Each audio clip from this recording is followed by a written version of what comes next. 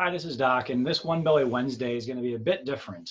I've really been trying to think a lot over the last week and a half about how I can talk about things like racism and also stay in my lane for what it is that both my experience is as a white man and also what my expertise is in working with pregnancy and conscious parenting for those who are looking at the first year of life.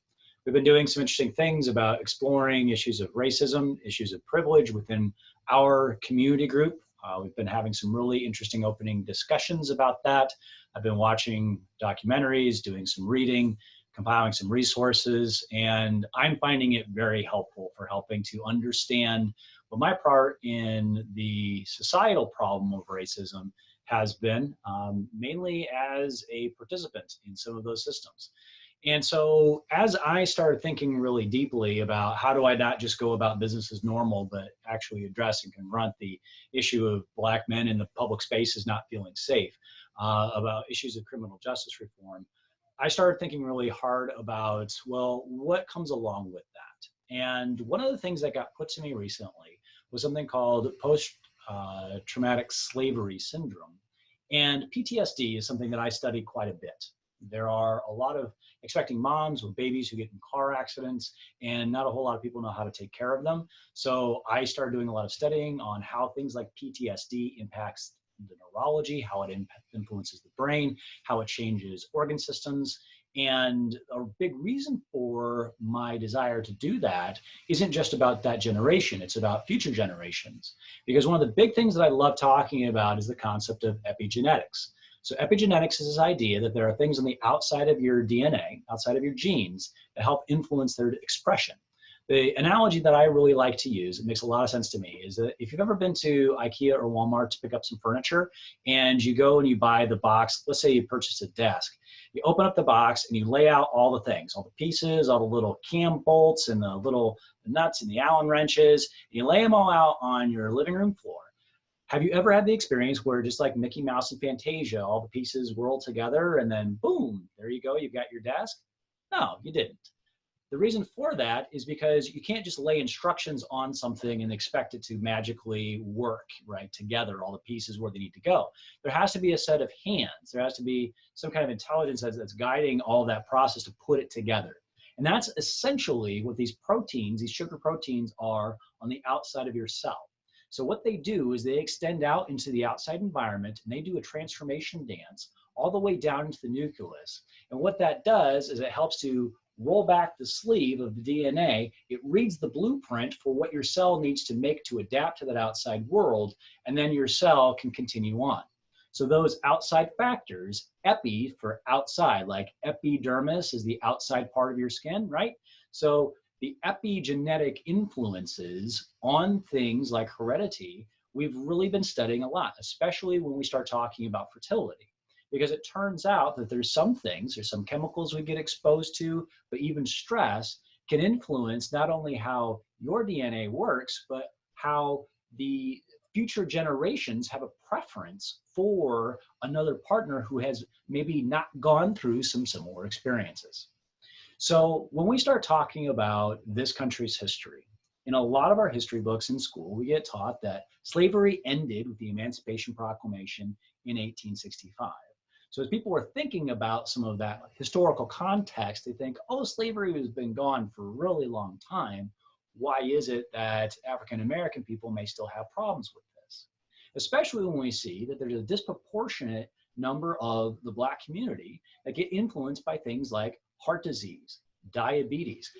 Earlier during the Great Pause, I really tried to hammer this home with COVID, that people of color seem to be disproportionately influenced by this virus, mainly because they have higher rates of things like high blood pressure. Well, as we've been discussing this issue of post-traumatic slavery syndrome comes up. And in my head initially, I'm like, wow, that seems like a really long time ago. But then I watched a documentary called The 13th, about the 13th Amendment. It's really fascinating. It's on Netflix. It really has helped me shift my perspective on a lot of what's going on right now in our country.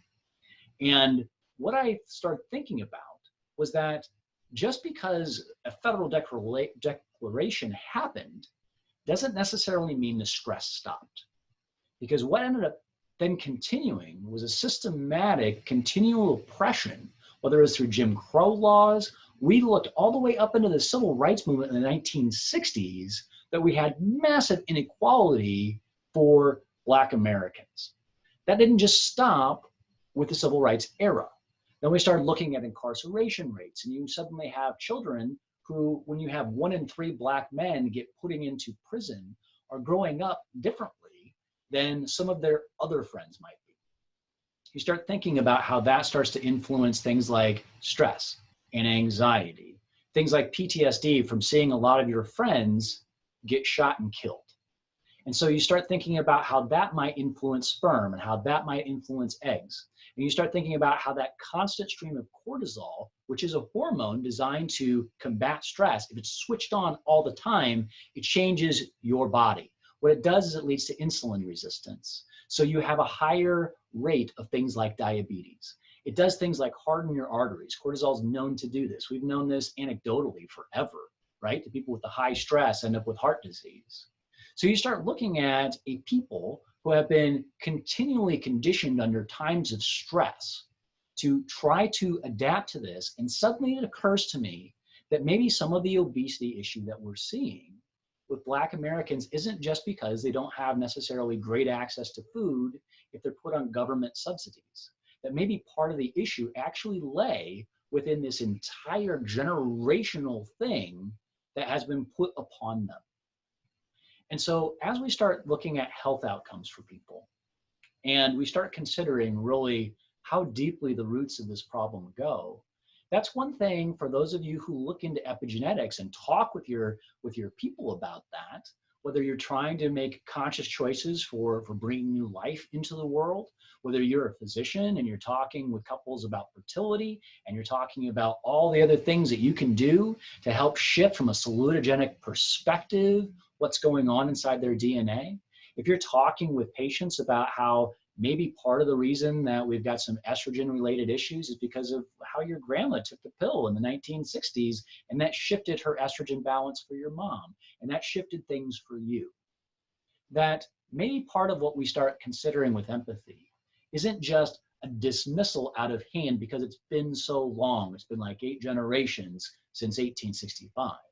Maybe what we start considering is that the people of color who are in their 60s now were born in a time where their parents couldn't vote, where their parents went to segregated schools, where even they may have been victims of segregation, even as, you know, here we are in Florida, even as some of the remnants of that culture still exist and still exist today.